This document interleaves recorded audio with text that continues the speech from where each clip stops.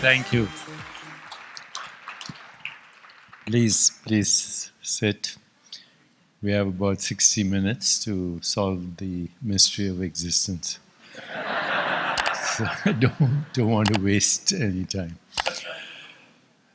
So I know last year I did this talk, some of this talk on remotely, but it's really wonderful to be with you live this time. And it's a great privilege, great honor. This last pandemic, which is, I think, almost over, my prognosis is that by summer we'll see a waning, a real shift. And the reason is a lot of people are getting vaccinated. Some are managing their stress. A lot have developed antibodies. And some, unfortunately, have died. But the curve is shifting. And in this last 1 year, we have learned a lot about human biology, about human research, about DNA, about RNA, about vaccines in general. In fact, the knowledge that has come out in the last year and a half, you will see soon technologies for gene editing. You will see soon technologies for vaccination against cancer and other diseases as well, because every advance in science helps us. So today, what I'd like to share with you is that the future of our well-being is very bright if we expand our awareness of who we are, what the body is, what the mind is, and how the two are connected or in fact inseparable. There's no experience that you have in your mind that's not recorded in the brain, and there's no experience in the brain that's not recorded in the body. And at a deeper level, you will see that everything is inseparable, everything is entanglement. And once we understand the nature of that, we can go beyond the usual things that we are fearful of. What I'd like to say is that only 5% of disease-related gene mutations, and now these days everybody knows what a mutation is, yeah? Delta variant, this variant, that variant. So mutation is a genetic mistake. A gene is a group of peptides or proteins, amino acids actually, or bases, that is held together. And there are 4 letters that make up the gene, A, T, C, G. They stand for chemical bases. And sometimes one of the letters is missing, or it's inverted, or it's upside down, or it's in the wrong place. So you have what is called a variation in the gene. And that's called a mutation, but only 5% of these disease-related gene mutations are fully penetrant, which means if you have that particular gene mutation, then it guarantees the disease. The example I always like to quote is Angelina Jolie, who had the BRCA gene for breast cancer, and so she was going to guaranteed get breast cancer, had a preventive mastectomy, which is the right thing to do for that kind of genetic defect.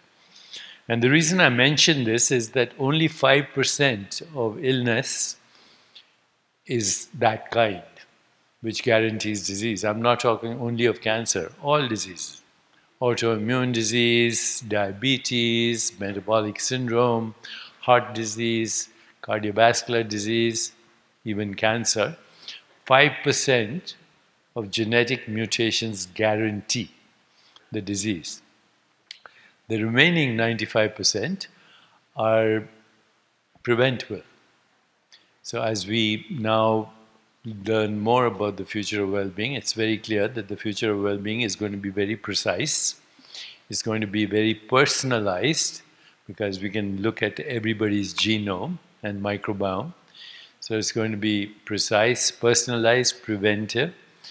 It'll require your participation, obviously, and it's a process. And today, for the first time, scientists are beginning to understand the mechanism of what we call healing. So I'm a physician, And in my training, the word healing was never used. We said we treat patients, or even worse, we practice on patients. I think it's time to move from practicing to healing. So let me share with you what I did share last year, but we go a little deeper. This is a recent issue of the New Scientist, and it's a very interesting title. It says, Your Thinking Body. So, where does thought occur? Where is our mind? And if you ask most people, they'll say here, in the brain. But nobody's ever seen an experience in the brain. Your brain, when we look inside the brain, all we see is electrochemical activity. But where is this experience happening right now? This experience. Where is the sound being heard? Where are you seeing me? Where is this experience happening? And traditional science would point to the brain, because when you have an experience, it doesn't matter what the experience is, your brain records the experience. But the record of the experience is not the experience. Just like, when you go and look at the link to Amazon, it's not Amazon, it's the link to Amazon. Same thing, your brain has what is called neural correlates. So where is experience happening? And this is a very big mystery. It's been a mystery since Plato and Socrates and Aristotle. And it's called the mind-brain, mind-body problem.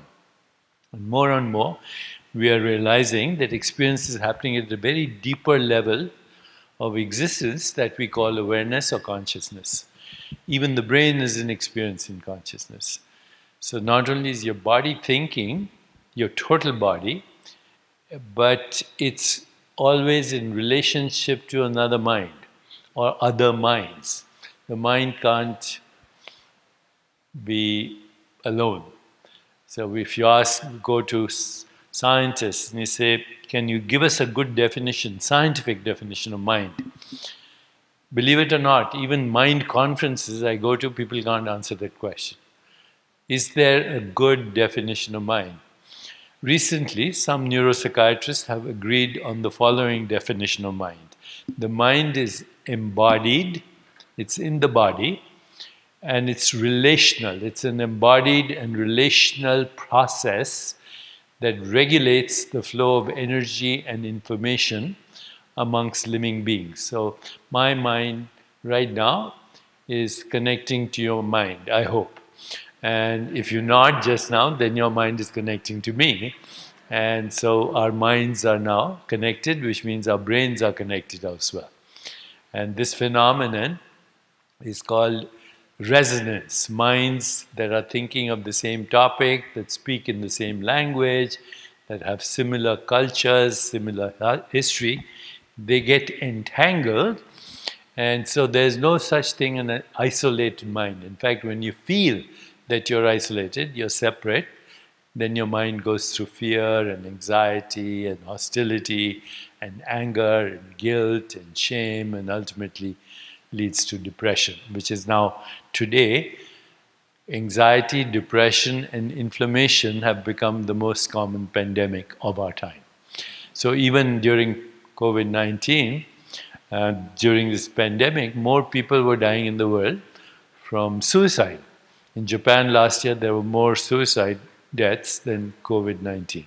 Suicide has now become the second most common cause of death in teenagers. And mental illness is the number one pandemic of our time, particularly stress. And stress, what is stress? It's the perception of threat. It doesn't matter what kind of threat you perceive. Financial threat, loss of a job, marital discord, problem with your children, not having a good working environment, anything that you perceive as threatening to you will release in your body hormones like adrenaline and cortisol, which raise your blood pressure, cause inflammation, and ultimately cause disease. We now know that anxiety, depression, and inflammation in the body. Inflammation means inappropriate inflammatory products in the body precede chronic illness by 20 years, at least 20 years. So at the risk of repeating some of what I said yesterday, these are the 7 pillars of well-being. That if you follow these 7 pillars of well-being, you're likely to prevent 95% of chronic illness. And furthermore, if you have a chronic illness like heart disease or hypertension or type 2 diabetes, you can even reverse the illness. So let me say a few words about each of these. They're not necessarily in order of importance, they're all equally important. So ever since the light bulb was discovered by Edison, humans lost what we call their biological rhythms. Before the light bulb was invented, people would generally go to bed when the sun went down, and they would generally wake up with sunrise. And that rhythm in our bodies was called biological rhythm or circadian rhythm. I'm going to talk about it a little bit ahead as well. But the main point is, humans are the only species that can violate these laws, which we call natural laws. Our body is part of a universal body. Our body is an activity of the universe, and it wants to self-regulate itself. That self-regulation is called homeostasis, and homeostasis is the basis of all healing. But now almost 80% of people living in the United States and most cities, and a lot of people work night shifts and so on, so they have lack of sleep, and lack of good quality sleep. In an average 8-hour period, you should be having at least 90 minutes of dream sleep and another 90 minutes of deep sleep. So in an average 8-hour period, 3 hours should be between dream sleep and deep sleep, and the remaining 5 hours can be light sleep, and usually is light sleep. But if you get deep sleep, your body removes toxins, your memories are consolidated, your creativity is enhanced, amyloid is removed from the brain. In fact, lack of sleep could be, according to some people, the number one predisposing factor for Alzheimer's disease as we get old. So during sleep, many things happen. Melatonin, the hormone, goes up, your immune system self-regulates itself, hormones self-regulate themselves, inflammation goes down, and then there are psychological effects of sleep. When you wake up, if you've had a really good night's sleep, you say, I feel fresh, I feel joyful. Sleep produces joy in the body. It produces what we call a joyful, energetic body. Meditation and stress management, of course, have become very popular now, and I'll do a very short meditation before I finish, so you'll have a little bit of experience about what I'm talking about. But meditation is a way of going beyond the secret passages, the dark alleys, and the ghost-filled attics of our mind. The mind is constantly having a conversation with itself. So right now, if I ask you to close your eyes and do nothing, you'll soon become aware that there's a conversation going on in some way here. You think there's a conversation going on. It's a big mystery. Who's speaking to whom? And after a while, you realize you're speaking to yourself. And one thing you immediately understand is this conversation never shuts up. Okay? It's there right now. Even right now, you're having this conversation. Even as you're listening to me, you're saying, what's he saying? This, that, the other. The conversation is going on. The conversation goes on in your dreams. In fact, your dreams are a projection of the conversation. The only time conversation stops is in deep sleep.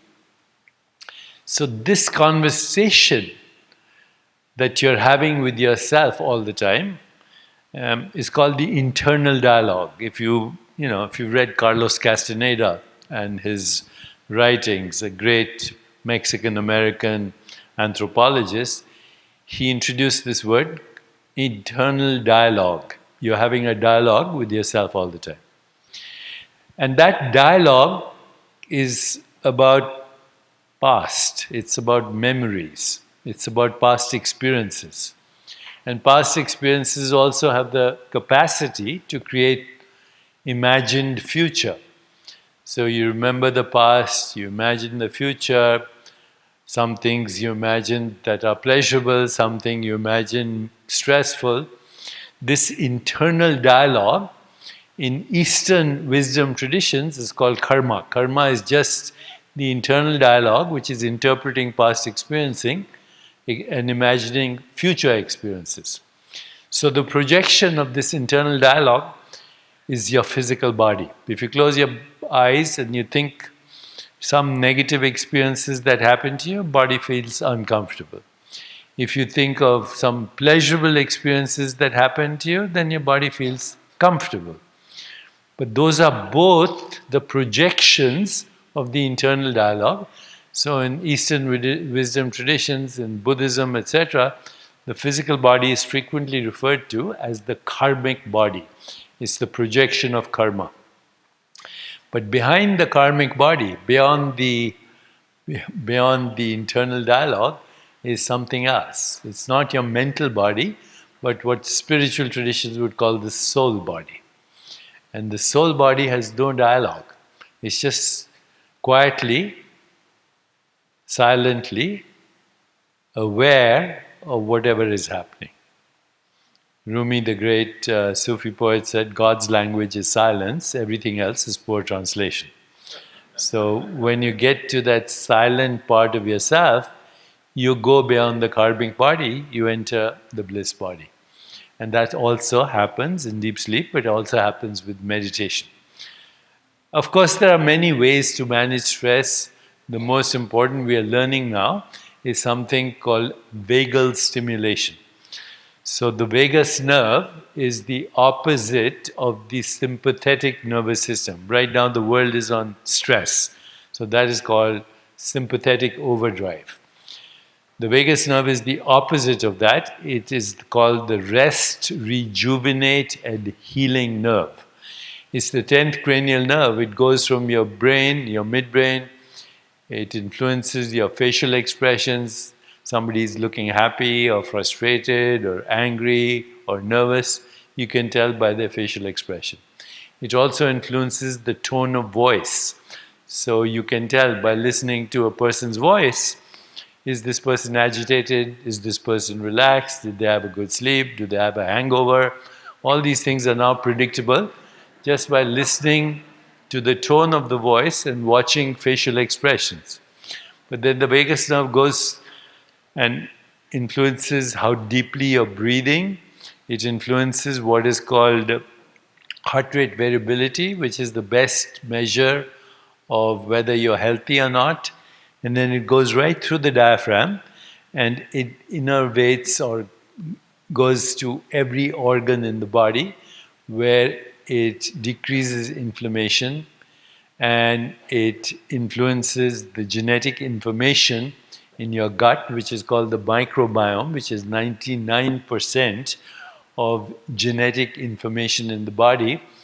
In other words, you can regulate your gut microbiome and its gene expression through vagal tone, increasing vagal tone, and also changing your diet. And if you change your diet to a diet that has maximum diversity of plant-based foods, and if you're eating meat or whatever protein, animal protein, if it's not from a factory, comes from a farm, has no chemicals in it, no hormones in it, no antibiotics, no inflammatory products, you can actually change 99% of the genetic information in your body. So meditation, stress management, movement, particularly yoga, because the yoga postures all stimulate the vagus nerve. Also when you sing, when you take deep breaths, and when you practice certain breathing techniques to slow down your breath and deepen your breath, and when you have healthy emotions, then vagal stimulation brings what we call homeostasis, self-regulation and healing. So those are the main pillars. If you're feeling anxious, if you're feeling stressed, if you're feeling guilt, if you're feeling shame, it depletes the energy in your body. And one of the things we now have confirmed through our research at Gallup, which does a lot of research on well-being, that the number one predictor of well-being is, and I can ask you this simple question, you don't have to answer it except to yourself. On a scale of 1 to 10, how much energy do you have? Don't tell me.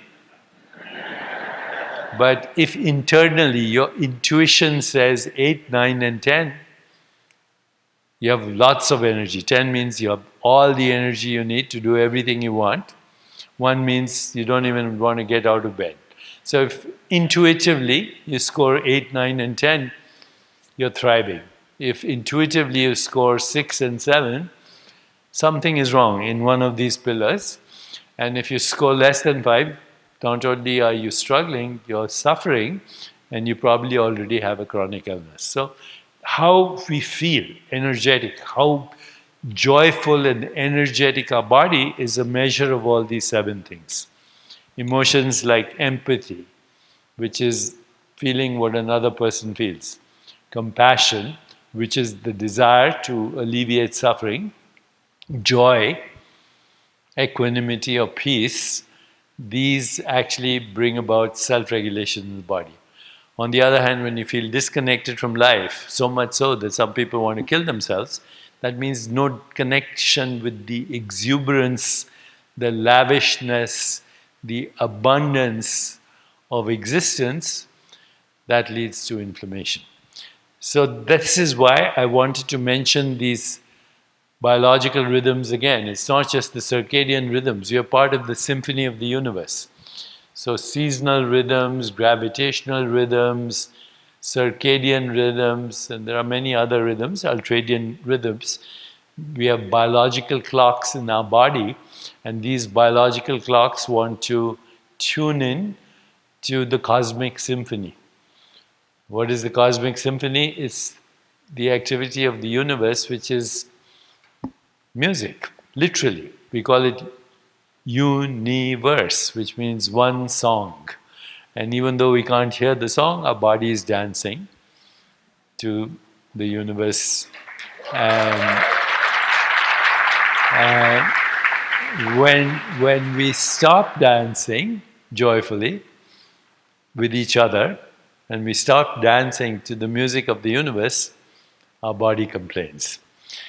Okay, so these are the 6 major pillars. As you said, I've left something else there, self-awareness or self-realization. And I've left that for a particular purpose, because if you're a human being and you have all the money in the world, you have the best relationships in the world, you have the best health in the world, you have everything you want, we know as human beings, because we are aware and we can see the future, that someday everyone gets old.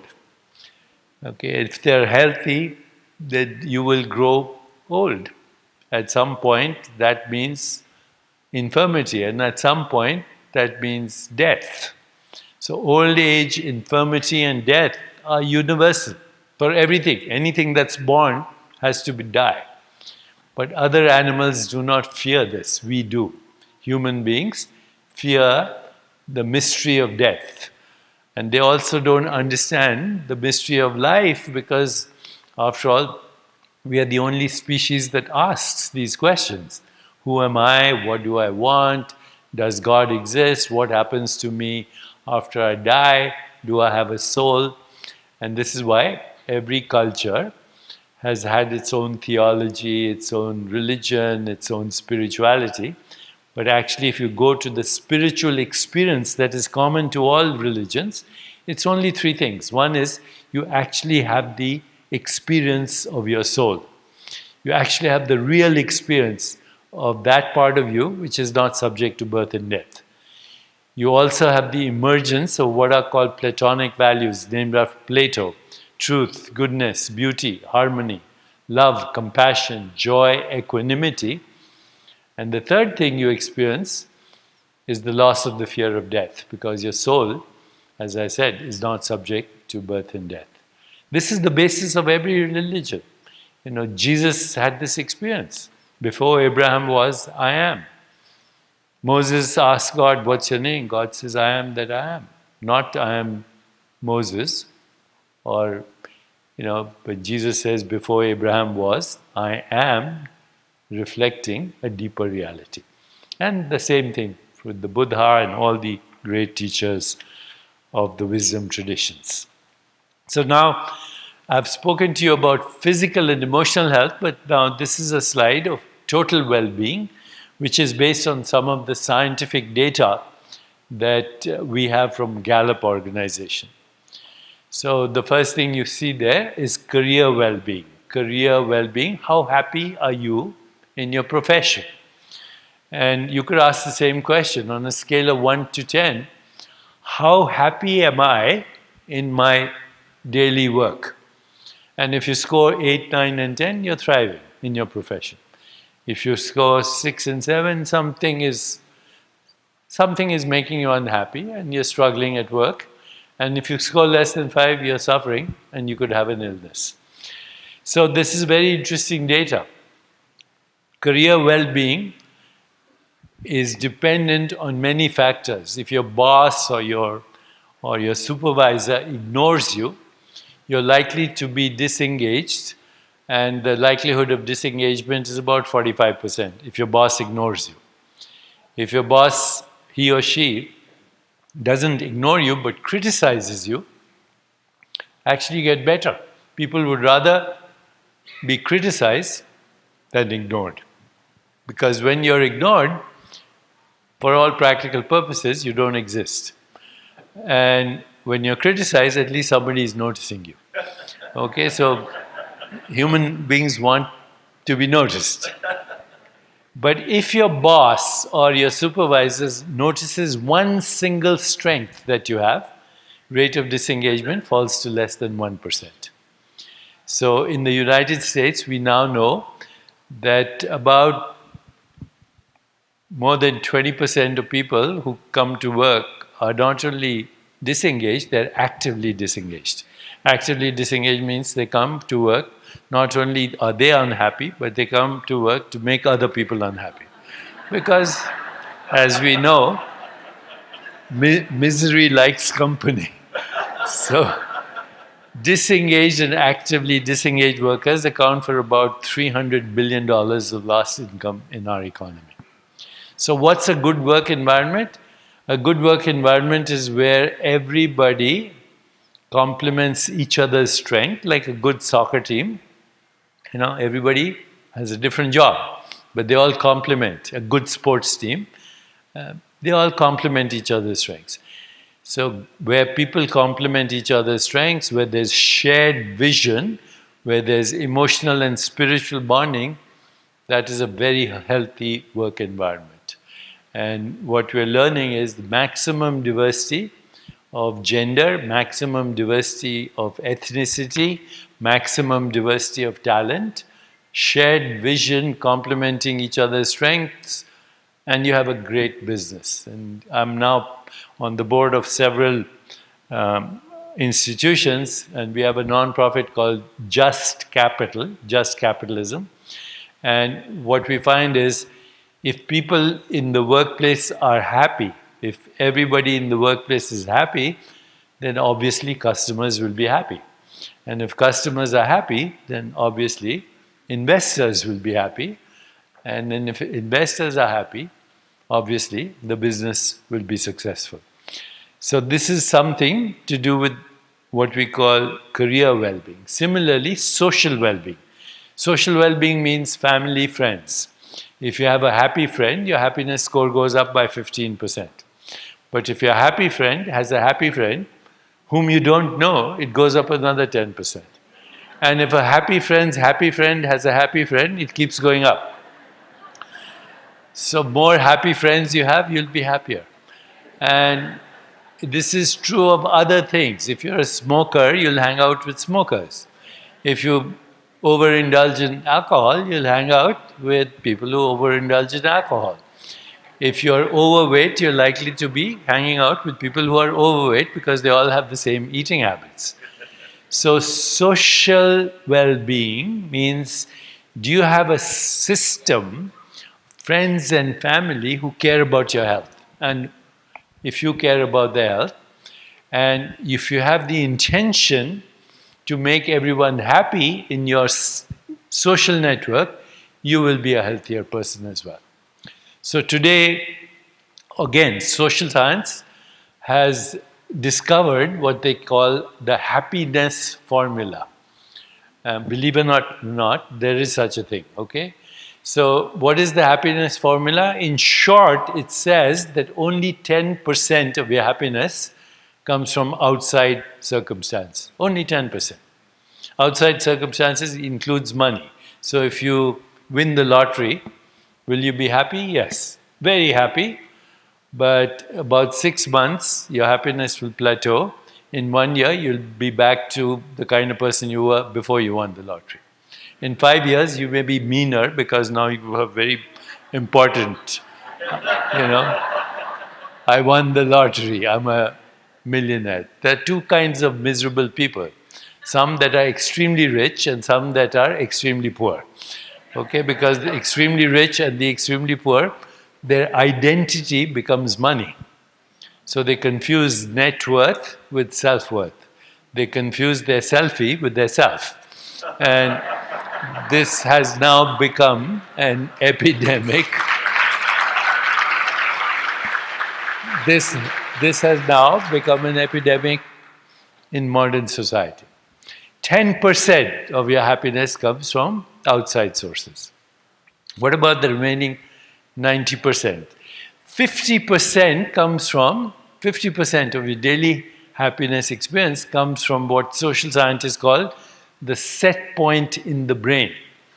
So people who are unhappy, they're always looking for problems. They always criticize, condemn, complain, play the victim.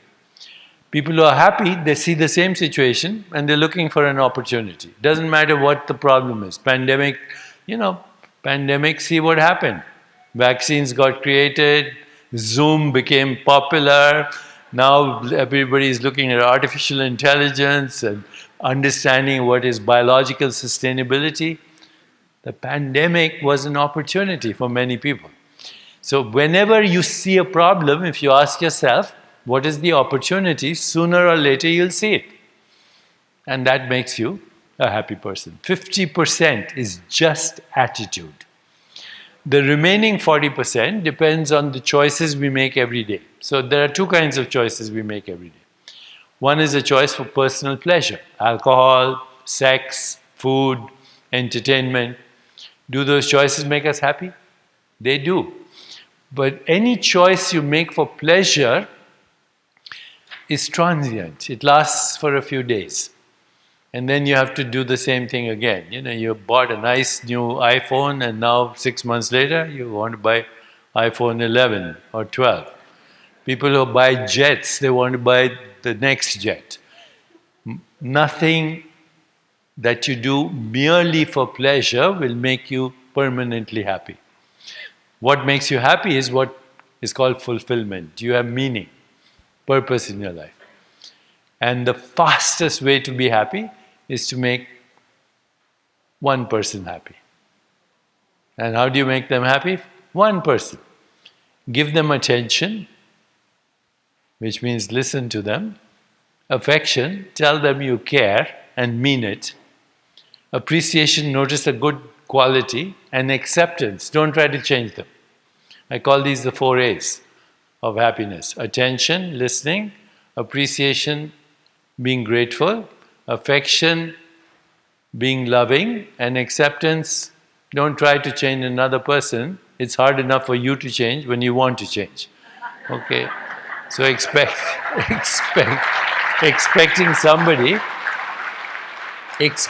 somebody else to change so you feel better, good luck.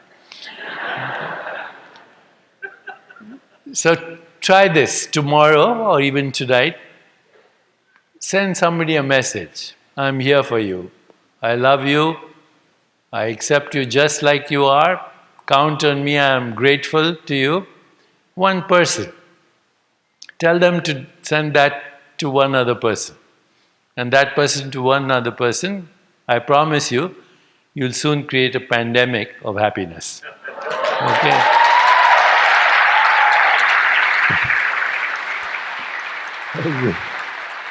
Which is what we need right now to counteract all the stress in the world. Physical well-being I spoke about. Financial well-being is an important topic because if you do surveys, you find that no matter what problem people have, you ask them, what's the number one cause of stress in your life? They'll say money. This is a fact. On all surveys, doesn't matter what people are having, their stress is about money. So it's not the amount you have, it's how secure you feel. And for this reason, it's always important to have insurance, it's always important to have retirement, it's always important to have vacations, it's always important to continually educate yourself. People who spend money on experiences instead of products, they do much better, health-wise. Spend your money on experiences and make sure you have savings. And finally, community well-being, which is very important because you're in the business of real estate and communities need to feel safe. And when we do these surveys on community well-being, we ask only one question. On a scale of 1 to 10, how safe do you feel walking alone at night? This is one question. And you know, if you say 8, 9, and 10, you're living in a thriving community. If you say 6, 7, you have some concern about your community. And if you score less than 5, then that community is not only struggling, it's suffering, and probably a lot of chronic disease, and probably a lot of crime, and probably a lot of succumbing to COVID-19. So in the last 18 months, we could predict by looking at the zip code which community was in danger, which community was having violence, which community would have more COVID infections. All these things are connected to each other.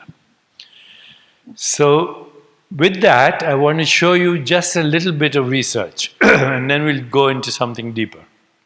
Okay, so this is one of our retreats, 6 days of meditation retreat.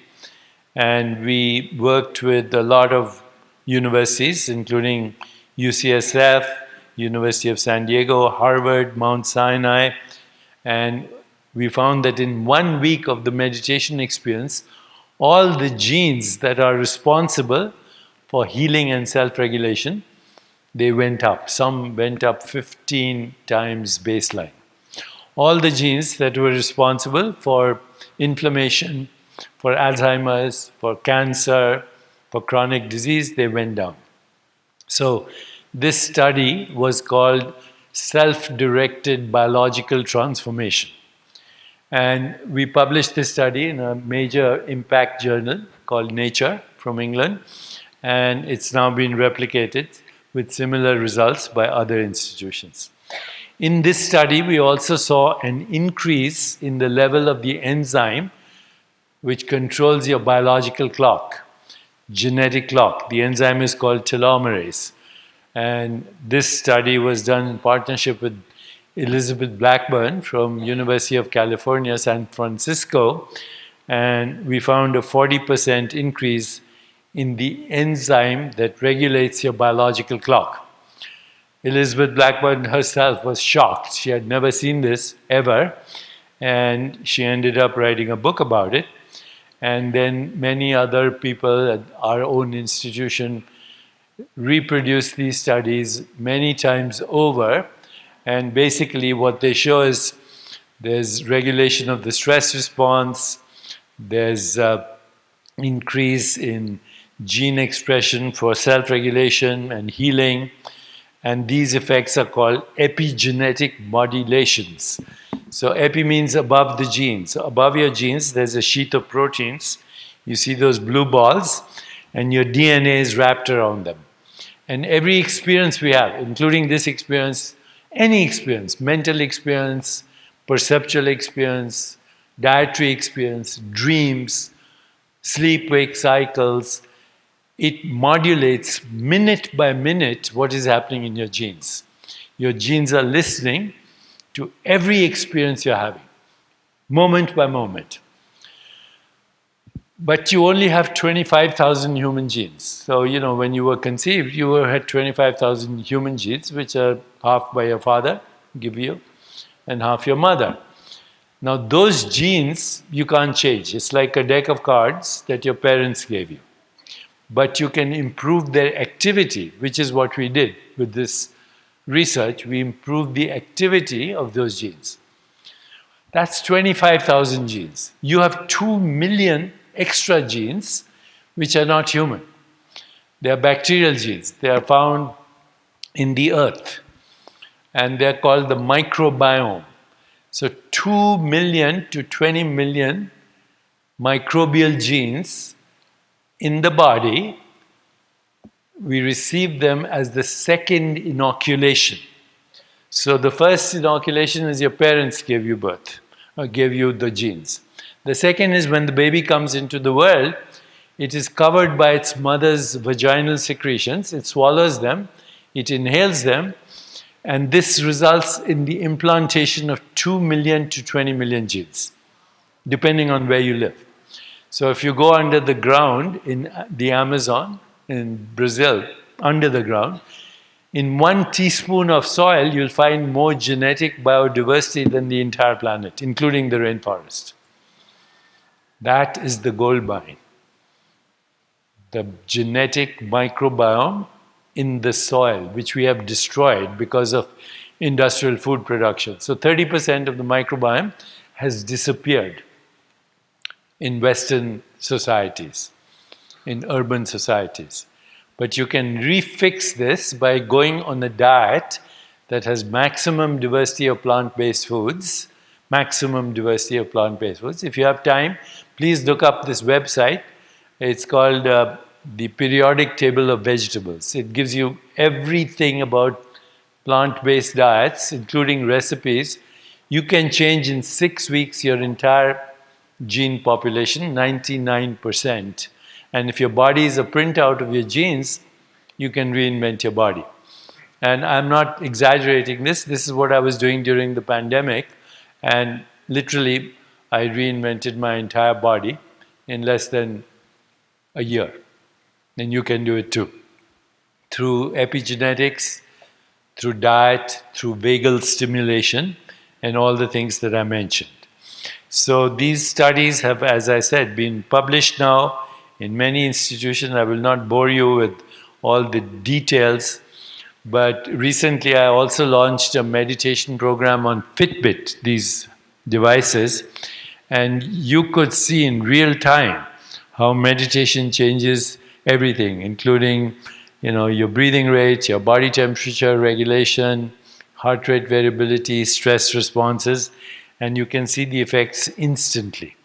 And so now there's a new era coming of what we call digital therapeutics. So in about 5 years or so, it's unlikely that your doctor, if the doctor is up to date, will give you a pharmaceutical, probably prescribe a digital therapeutics in the form of ultrasound or AI or bioregulation or VR or augmented reality. All these things are coming, and they're coming very soon. Okay, so what are we up to now? We are creating new algorithms. We are looking at the brain. We are looking at precision genomics. Precision genomics means looking at gene activity. We are looking at pain management, mental health, bioregulation, and stress, and seeing if we can create algorithms where you can do a, maybe a 10-second, instead of calling it selfie, let's call it wealthy. Okay? So you do a 10-second wealthy video, and the person just says, "Hello, my name is Deepak. How are you? I hope you have a good day." Analyze the voice tone, analyze the eye movements, analyze the micro expressions, analyze the heart rate variability, and soon you can predict everything about the health of a person just by doing a wealthy. And this is what we're doing right now. We're looking at biofeedback and regulation. And the idea is to help people experience what we call a joyful, energetic body, loving, compassionate heart, clear mind, and lightness of being. Now, I'm going to take you through a simple meditation to do that.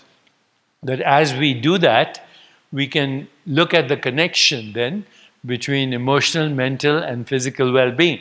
And it's obvious that they're all connected.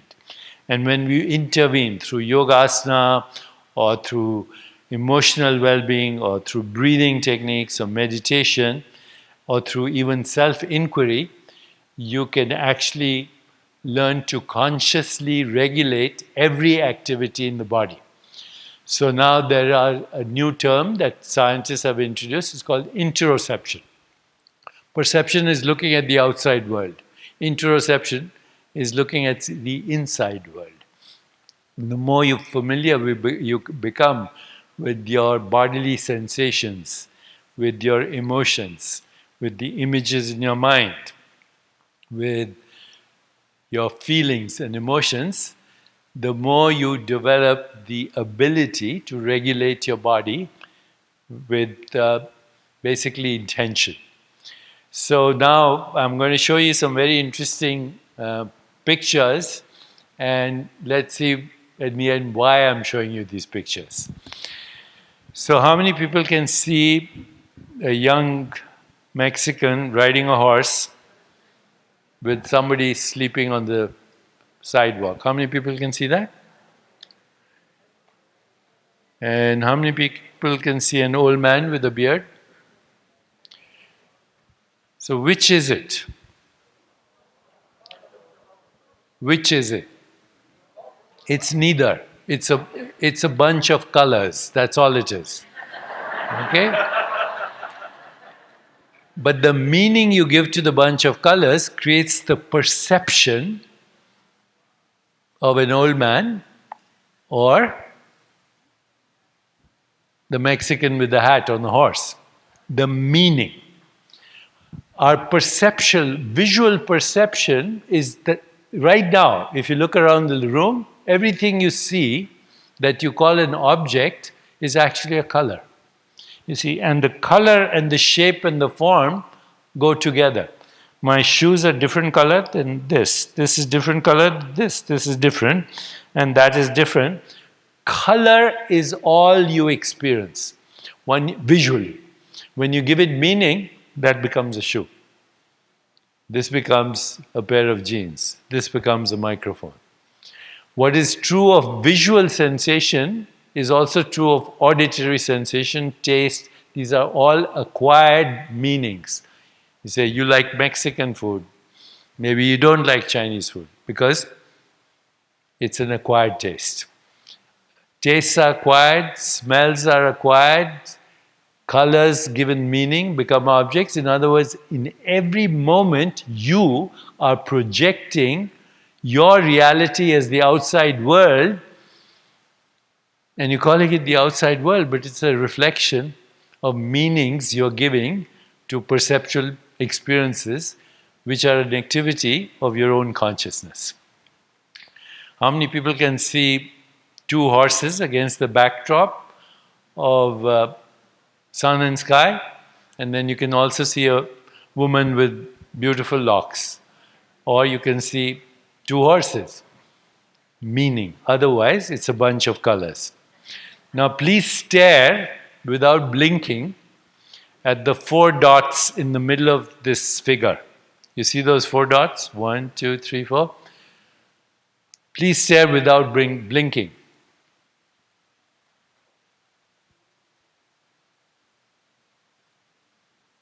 And now turn your attention to the white background on the screen.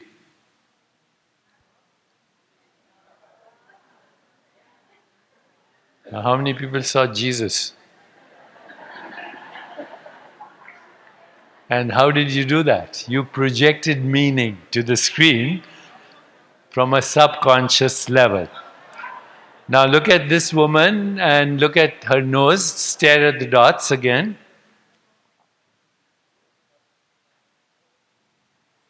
And now look at the whitish part of the screen after you've stared.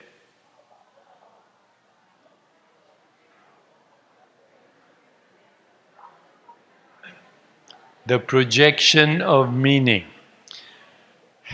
Okay, now in this beautiful picture, you see a face, but the face that appears is not in the picture.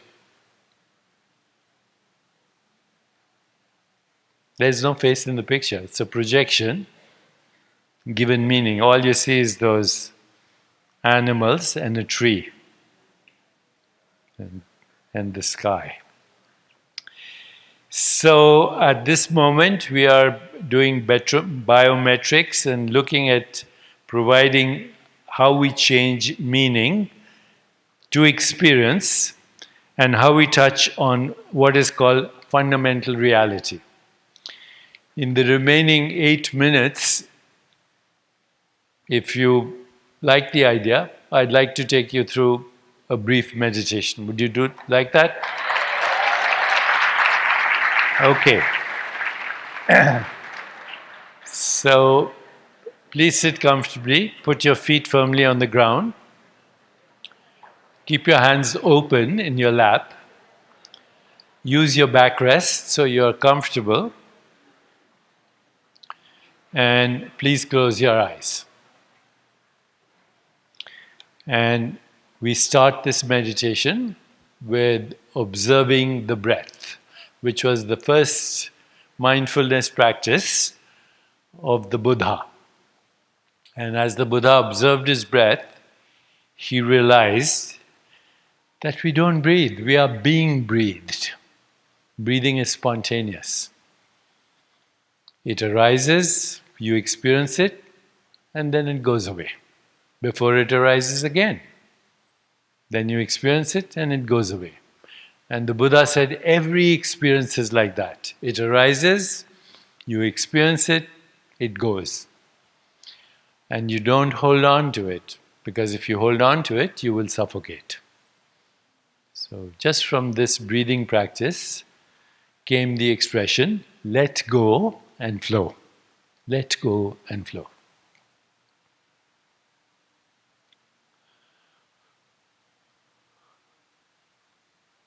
And now, bring your awareness to your heart. And mentally ask yourself, ask your heart, who am I? Don't try to answer the question. Just ask the question and then let go. Who am I? What am I? Am I the changing body? Am I the changing mind? Or am I the spirit in which the changing mind and body are an experience? Just ask, who am I? What am I?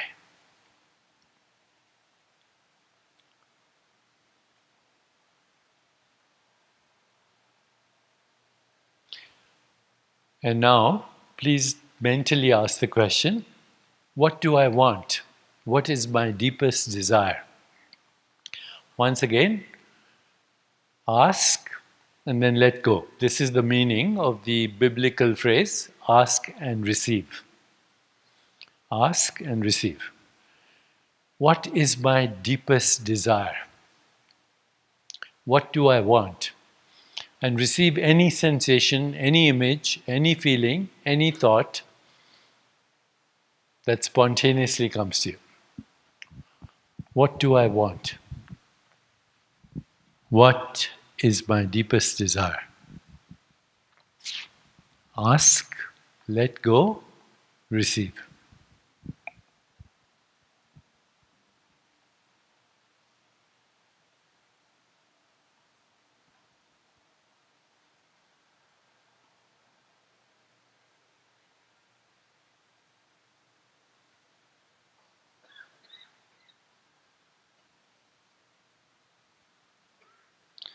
Third question, what is my purpose? What is my calling, especially these times? What is my purpose? Ask, let go, and receive any sensation, any image, any feeling, and any thought that may spontaneously come to you. What is my purpose?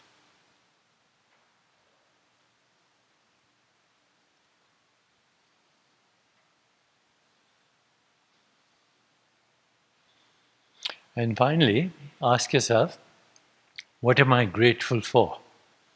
Gratitude will open the door to abundance in your life. So ask, what am I grateful for? And receive any sensation, any image, any feeling, any thought. What am I grateful for?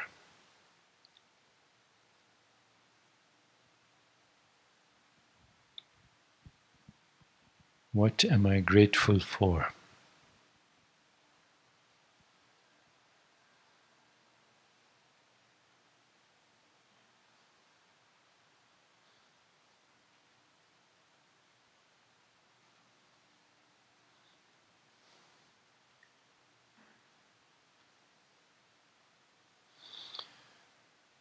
Okay, now we go a little deeper. So just take a few seconds to repeat your full name to yourself mentally.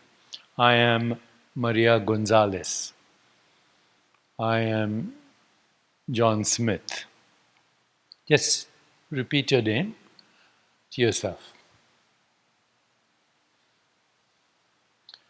And mentally remind yourself that's your name, that's not who you are. It's your name, it's your bio.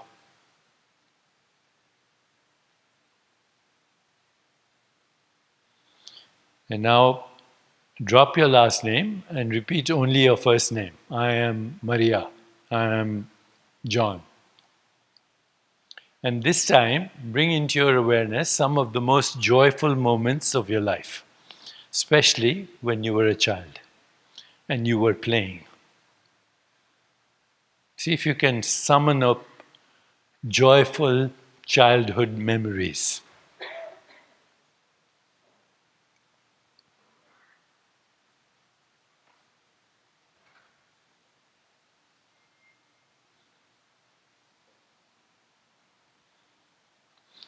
And now drop your name altogether and just say, I am, with no name, no memory, no imagination, just I am, with no name, no form attached to it. I am, I am, I am.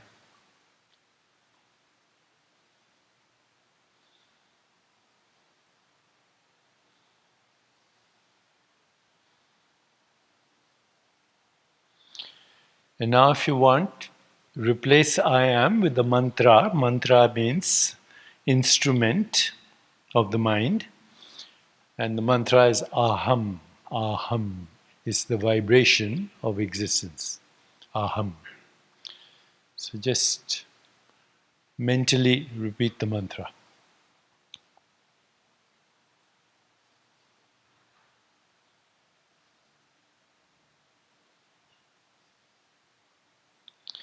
And finally, release the mantra.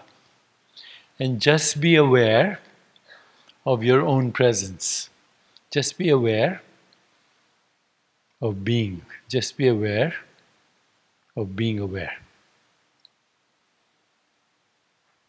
Just be aware of yourself.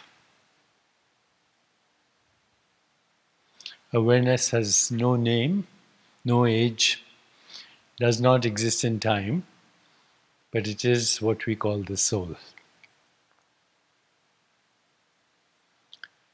Now slowly open your eyes.